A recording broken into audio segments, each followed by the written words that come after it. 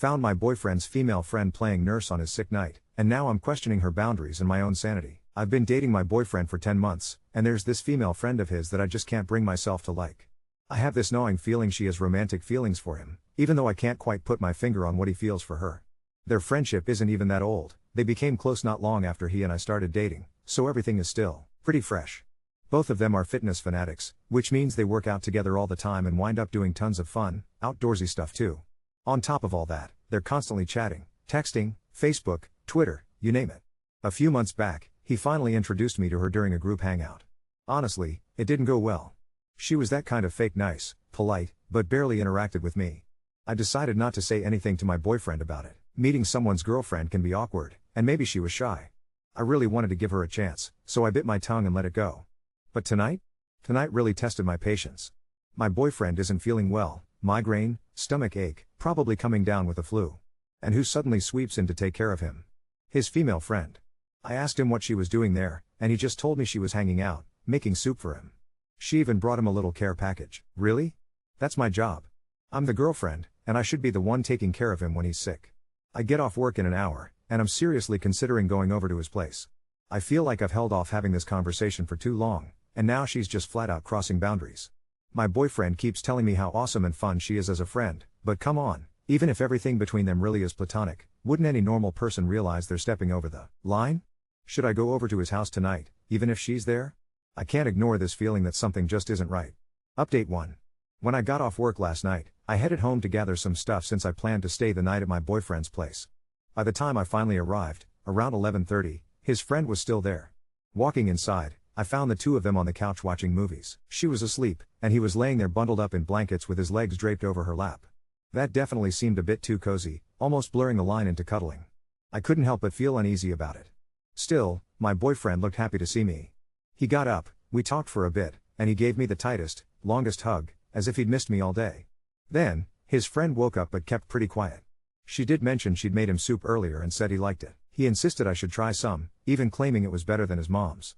I politely declined. I didn't need that comparison right now. I noticed the house was absolutely spotless. She'd clearly tidied up after cooking, doing the dishes and straightening up everything else. While that was a nice gesture, honestly, it felt like she was starting to cross some boundaries. On the kitchen table, there was a get well soon card with some things she'd brought for him. I didn't read it, but I could only assume it was from her. Even after I'd settled in, she lingered for almost an hour more because they wanted to finish the movie. By the time it ended, it was nearly 1:30 in the morning. My boyfriend finally decided to go to bed and thanked her for everything as he walked her out. She gave him a hug that lasted way too long before she finally left. Just a few moments later, I saw that he texted her thank you again. My emotions were all over the place. I tried to hold it in, I really did, but I couldn't keep quiet any longer. Once we crawled into bed, I told him how I felt about everything. Honestly, I probably sounded crazy, but the whole situation gnawed at me. He insisted their relationship was purely platonic and accused me of starting a fight, then got up in frustration and went to sleep on the couch, leaving me alone in his bed. After about half an hour of loneliness, he came back to bed, tears in his eyes, apologizing for leaving me alone. He was genuinely upset, kept saying how much he loved me, and repeatedly told me he was sorry for making me feel bad. I forgave him, of course. Then I realized he was shivering hard. I checked his temperature and sure enough, he had a fever. I bundled him up in blankets, but it barely seemed to help. He clung to me all night, shivering, his head buried in my chest. I couldn't feel angry at him. I just felt so sorry for how miserable he was. This morning, he was still sick, throwing up and apologizing for last night. I told him we'd talk more when he felt better. I promised not to leave, as long as he was willing to find a compromise with me, which he agreed to right away. He genuinely seemed sorry and promised me he'd fix things. He's never broken a promise to me before, so I believe him. I'm hopeful this will all work out. Update 2. A couple of days ago, my boyfriend and I were invited to this Christmas party that a mutual friend was hosting. Pretty much all of our friends were there, including this one female friend of my boyfriend's. She and my boyfriend hadn't spoken for almost a month, so I had no idea what kind of interaction to expect. But the second she walked through the door, her eyes locked onto my boyfriend, and she ran straight to him for a big, over-the-top hug. Honestly, my stomach turned. I really tried to be nice. I went out of my way to talk with her more than once, even smiled and included her every chance I got, but it was obvious she didn't want anything to do with me. Instead, she latched onto my boyfriend for the entire night like glue. Even when he drifted over to hang out with the guys, she just tagged along after him, ignoring the rest of us. Eventually, the guys decided to head downstairs for foosball, air hockey, and beer pong, and of course, she absolutely had to be on my boyfriend's team for every single game, Wouldn't let anyone else partner up with him. The whole thing was so ridiculous. Thankfully, my boyfriend kept pulling me close, giving me kisses in front of her, which definitely must have annoyed her. I could see the irritation behind her fake smiles. After a while, I left them to their games and went back upstairs to hang out with the girls. As the night wore on, my boyfriend got pretty smashed. He'd had to work early that morning, so he was exhausted and ready to go home.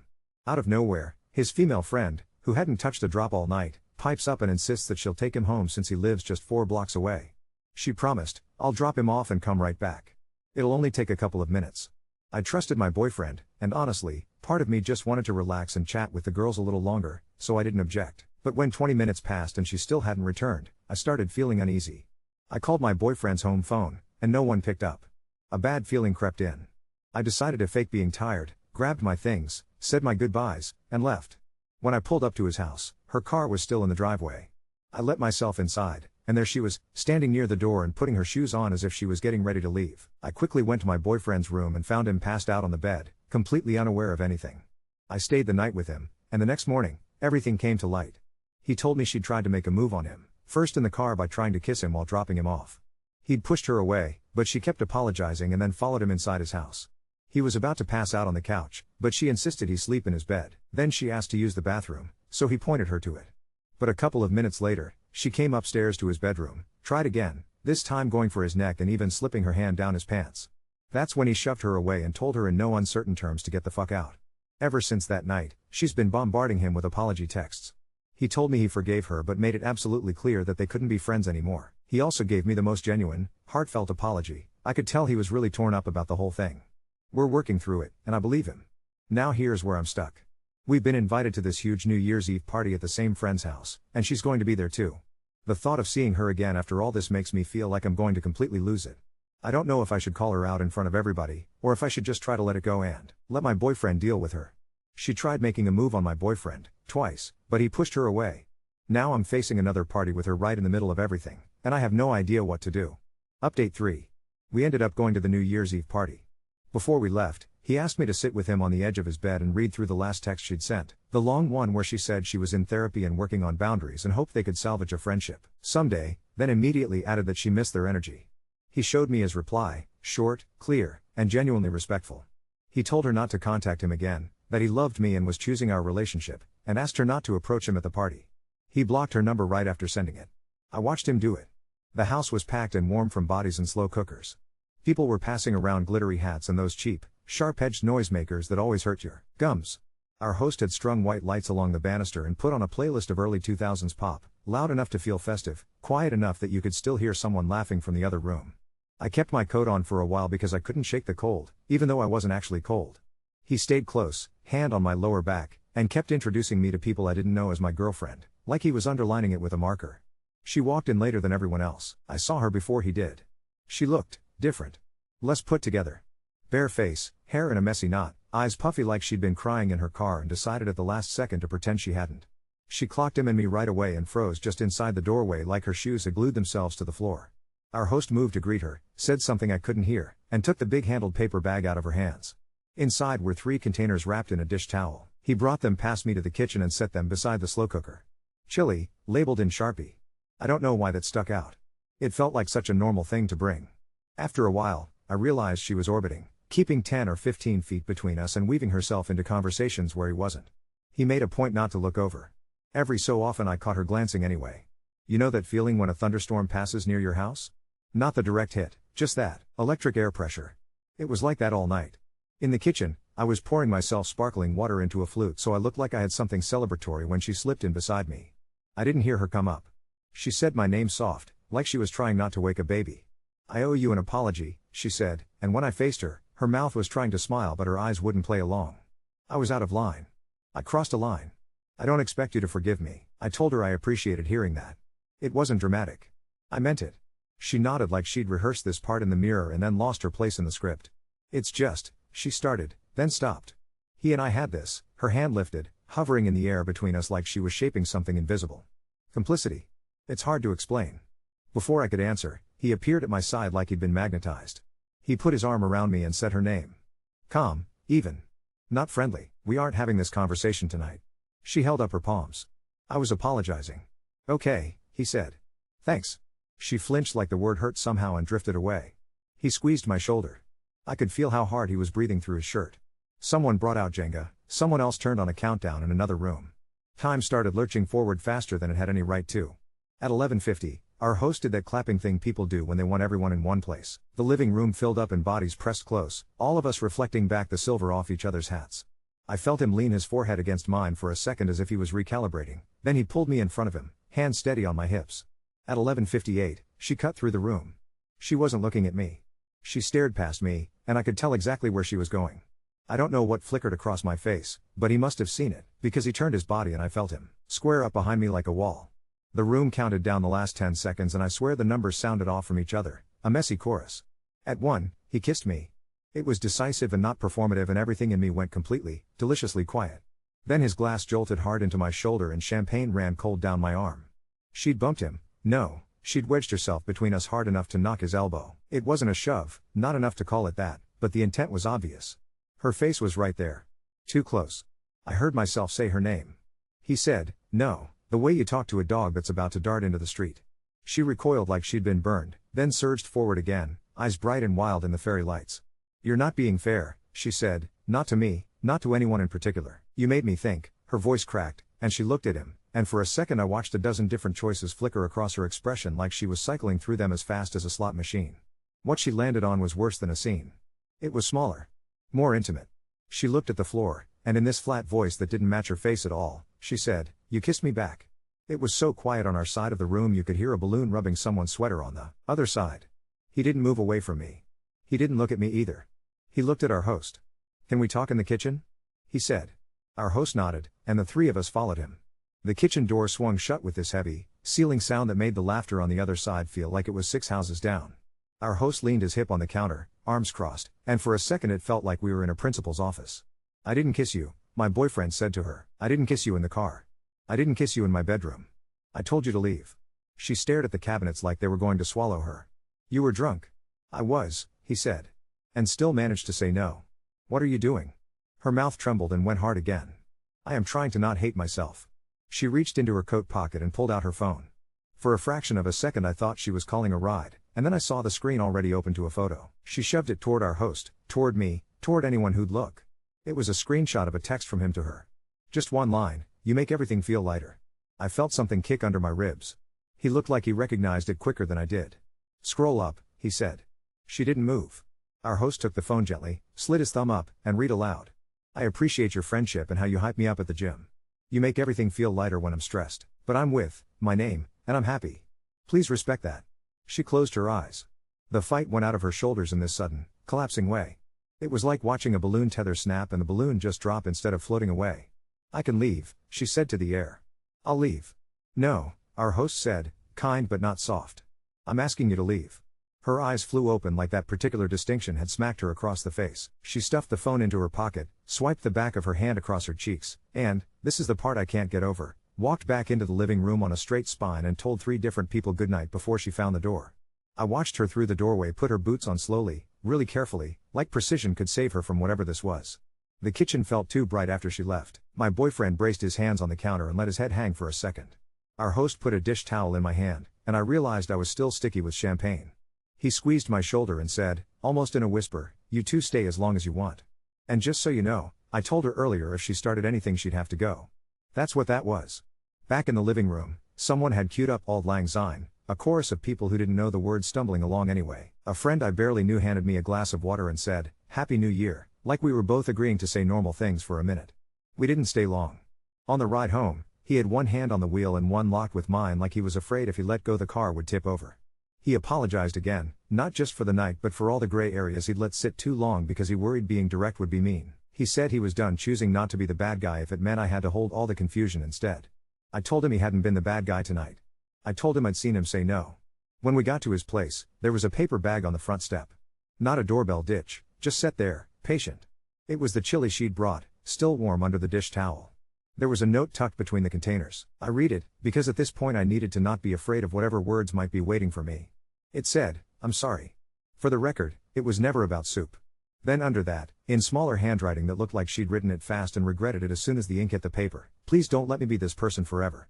We put the chili in the fridge and went to bed without eating any of it. He fell asleep with my hand on his chest, and every few minutes he'd jolt like his body was remembering something shocking in his dreams and then settling again. Sometime around dawn, my phone buzzed. It was our host. FYI, she texted me that she's taking a break from the group and won't be at anything for a while. I told her that was probably a good idea. Update 4. We didn't touch the chili for a couple of days. It sat in the fridge with the dish towel folded over it like someone had tucked it in for a nap. Saturday morning, we made coffee and started the thing you always pretend you'll start after the holidays, the slow unchaosing of a home.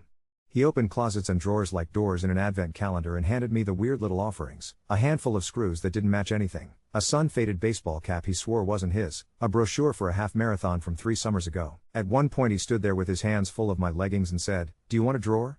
And then before I could answer, "Actually, take 2. He slid his shirts to the side until hangers squealed along the rod and made a space like he was clearing his throat. There was a shallow ceramic bowl by the door where keys and coins go to die. He dumped it onto the console table to wipe out the dust ring. A brass key clinked against the wood, and I watched his face change without him meaning to let it. A tiny pulse in his jaw, nothing big, just honest for a second. "That's not," he started, and then stopped talking like he was taking his own temperature. I gave her a copy back in May, when I drove to Denver for that work thing and she watered my plants. I never asked for it back. He set the key down like it might burn him. "I'm changing the locks today." We drove to the hardware store with the heater too high and the windows fogging anyway. The guy at the counter had a pencil tucked behind his ear and glitter on his knuckles that caught the overhead lights when he spun the display of deadbolts. I found myself watching his hands instead of looking at my boyfriend, because looking at him meant sitting with a piece where I hadn't known about the key and the part where he hadn't either, really, not in the way that makes your stomach notice. Back at the house, we took the door apart on a bath towel spread over the entryway rug. Old screws came out with that tired, gritty squeal that sounds like something remembering it used to fit. The air smelled faintly like metal and cold. He cursed once, softly, when a plate slipped, and I caught it with my palm and did that sharp hiss you do when something surprises you but doesn't actually hurt. He looked up at me from the floor and smiled the kind of grin that tips over into a laugh because there's nothing else to do with the day you're having. We were fitting the new latch when I heard the small, unmistakable sound of something light dropping into the metal mailbox, more of a hollow ping than a thud. Not the door. Not footsteps on the stairs. Just that sound. He froze, screwdriver in hand, and looked at me without looking at me, the way people look when they're bracing themselves and pretending not to be. I went to the peephole. The stairwell was its own little world of old paint and a plant somebody's neighbor never watered. She was at the bottom of the stairs, hood up, hair yanked into a knot that had stopped caring an hour ago. Shoulders up around her ears like a coat she hadn't taken off the whole way. She didn't look up. She slid a small brown envelope into our mailbox with both hands like she didn't trust just one to get it done, turned, and left. No pause, no listening. Just gone. We waited until her footsteps faded, then opened the box. Inside was a single key on a pink cloth hair tie like the kind you keep on your wrist and forget you're wearing. There was a note folded twice around it, written in block letters like she'd thought hard about not letting her handwriting say too much. Returning what's not mine. There aren't any other copies. I'm sorry it took me too long to think about this. I won't come back. No name. No flourish. The hair tie smelled like chalk. I didn't realize that was a smell until it was one. We finished the lock. The deadbolt turned with a new, decisive sound. He put his forehead to the door and breathed out like the house itself was letting something go. Then he went to the fridge, pulled out the chili, and said, "Let's just eat the damn thing. It feels worse in there than it does out here." We heated it on low so it wouldn't splatter everywhere. The dish towel was clean and soft in my hands when I folded it over the oven handle. We ate on the couch, bowls too hot, spoons clinking when we scraped the bottoms for beans we'd already gotten. It was good, the kind of good that makes your nose run a little. He coughed, laughed, wiped at his eyes with the back of his knuckles. "Of course it's good," he said, and the words didn't carry anything with them we couldn't hold. His phone vibrated on the coffee table. Unknown number. He let it buzz itself out and then handed it to me like we were both the kind of people who trusted things we could see better than things we couldn't. It was a text to both of us, BCC'd through one of those anonymous number apps that make you feel like you're on a game show. Short, the way you write something when you've already said the long version out loud to your steering wheel. I dropped the key. "I'm switching gyms this week and staying with my sister for a while. Please don't respond. I'm trying to be the kind of person who can do quiet good things and leave them there." He switched his phone face down and let out a breath I hadn't realized he'd been saving for after the second period of this particular hockey game where you never get to sit down. We didn't respond. Later, we took the containers and the towel and walked them to our host's place because it felt important to send things back into the world clean. He opened the door with the neon oven mitt still on. His kitchen smelled like cinnamon and bacon, like every brunch you mean to make and never do. I handed him the bag and he touched the dish towel like it was an apology you could fold. "She texted me," he said to the bag. "About the key. About the gym." I told her good. I told her I was proud of her for the first part. On the way home, it started to snow, the kind of snow that isn't serious yet, the kind that's just an idea hanging in the air. He reached over at a stoplight and hooked 2 fingers through mine and didn't let go even when he needed both hands for the turn. Back at the apartment, he clicked the new deadbolt into place like an exhale, and the sound it made was small and quiet and perfect in the way new things are perfect for a little while, right before you forget to notice. Update 5. We were standing in the kitchen pretending to meal plan with a dry erase marker that had given up months ago when he said, "Do you want to ask my mom for her chili recipe? If we're going to have a tub of this in our lives, I want to make the real one." He said it light, a joke tossed across the counter, and I said yes because the idea of replacing a story with a better version felt like something I could hold on to. He FaceTimed her right there, the phone propped against the fruit bowl where lemons go to look useful. She answered in her glasses with her hair half up, the way people look on weeknights when they've made peace with whatever didn't get done. He told her about the new lock and the crooked door frame and snow that never stuck, and then, casual as he could make it, "Hey, can you send me your chili recipe?" She didn't blink. "Honey, I sent it to that friend of yours months ago. Back in the summer when you got that stomach bug." She messaged me on Facebook and said she wanted to make something you'd actually eat. She said it like she was proud of both of them for being such good planners. Then she saw his face catch and added, softer, "I thought she was your girlfriend at the time. Did I mess up?" He didn't speak for a second. I could see him trying not to make his mother feel bad, even while his stomach did that tiny flinch I've learned means he's not okay. "Can you," he started, then redirected. "Would you send it to me now? Just to me. And any messages you have from her. Please." She nodded without asking a single why. A minute later my phone pinged with a forwarded thread because he'd already texted me, "I need you to see exactly what I'm seeing." The first message from the summer had the same bright, over-friendly tone she used at parties when everyone was still deciding how the night would go. "Hi. I'm his name's close friend from the gym. He's having a rough week and I was thinking I could make him that chili he loves. Would you mind sharing your recipe?" I promised to do it justice. There were heart emojis after his mom's reply. She'd sent a photo of an index card in her handwriting, tiny arrows in the margins where she'd corrected 1 teaspoon to 2 of cumin with a smiley face. Under that, a second photo, her chicken soup recipe, the one that smells like Thanksgivings and sick days. For backup, she'd written. The messages were from June. There was a "thank you. You're a lifesaver" from her, a couple of follow-up questions about whether he likes cilantro. He does, he will, insist he doesn't, he does, and then nothing for months. Until 12:17 a.m. on New Year's. It was a voicemail transcribed by Facebook in that weird stilted way technology hears feelings. I held my breath and hit play anyway. A woman's voice I recognized even in its scrambled, late-night version said, "This is probably weird. I just needed someone who knows him too, never mind. I'm sorry. I'm working on it." You could hear her wipe her face too close to the microphone. Then, faintly, like something she meant to say to herself and not to anyone else at all, "I didn't mean to be this." He closed his eyes like the words had thrown dust. "I didn't know she had your number," he said to his mom. "Block her. Please." "I already did," his mom said, and then, like she was stealing herself so he didn't have to, "I'll make you a copy of the card next time you're over. The original's a mess now anyway." I spilled paprika on it in 03. We drove to her place the next afternoon. Her house always smells like laundry and something cinnamon adjacent even if there's nothing baking. She'd set the recipe box in the middle of the kitchen table like a card trick she was about to reveal. It was one of those old tin ones with strawberries painted on the lid, dividers labeled in block letters that probably felt orderly to the person who wrote them 4 decades ago. She thumbed through until she found chili, Jay's favorite, and passed it across the table. The index card was worn at the edges, a faint orange smudge staining the bottom like a shadow. Under the ingredient list, below taste as you go, she'd penciled in something I'd never have thought to write down if it were mine. "If you're making this because someone is sick, add a squeeze of lime at the end. It wakes up tired things." On the counter behind her was a small square envelope propped against the sugar jar. She frowned at it like it had appeared on its own. "This came to the house yesterday," she said, sliding it across.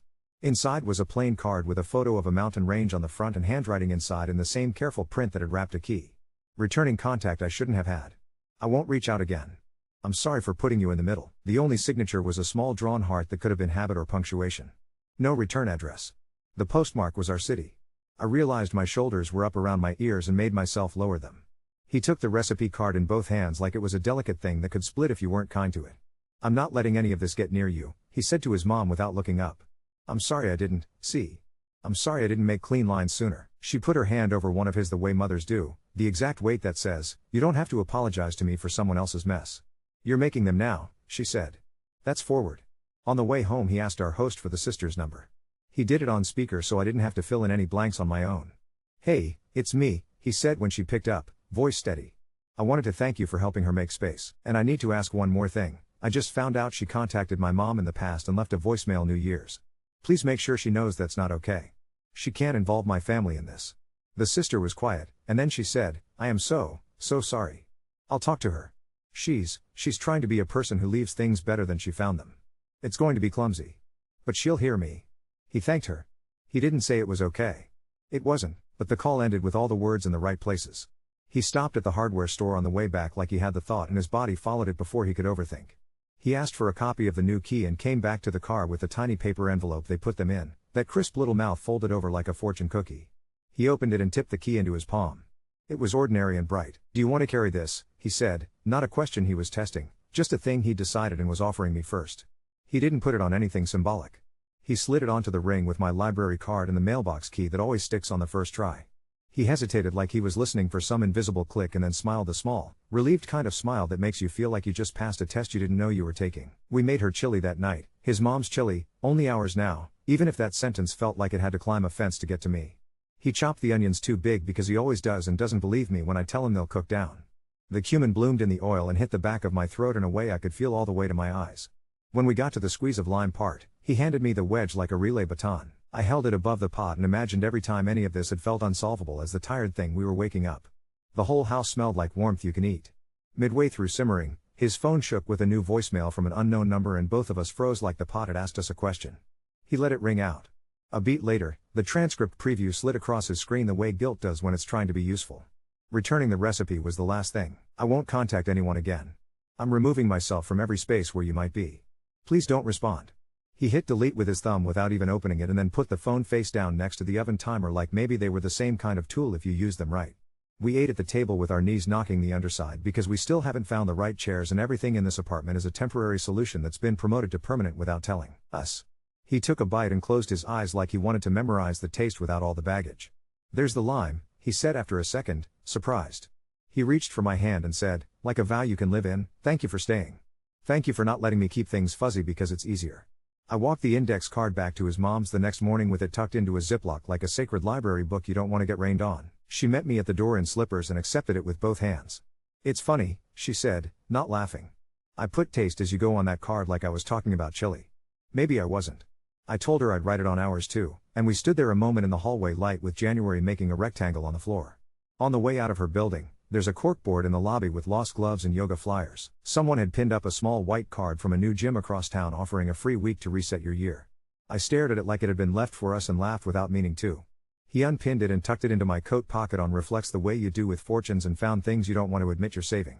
At home, the new key made its soft, decisive sound in the lock that still surprises me. He turned it, glanced back like he was checking if I'd heard it too, and then held the door long enough for both of us to pass through.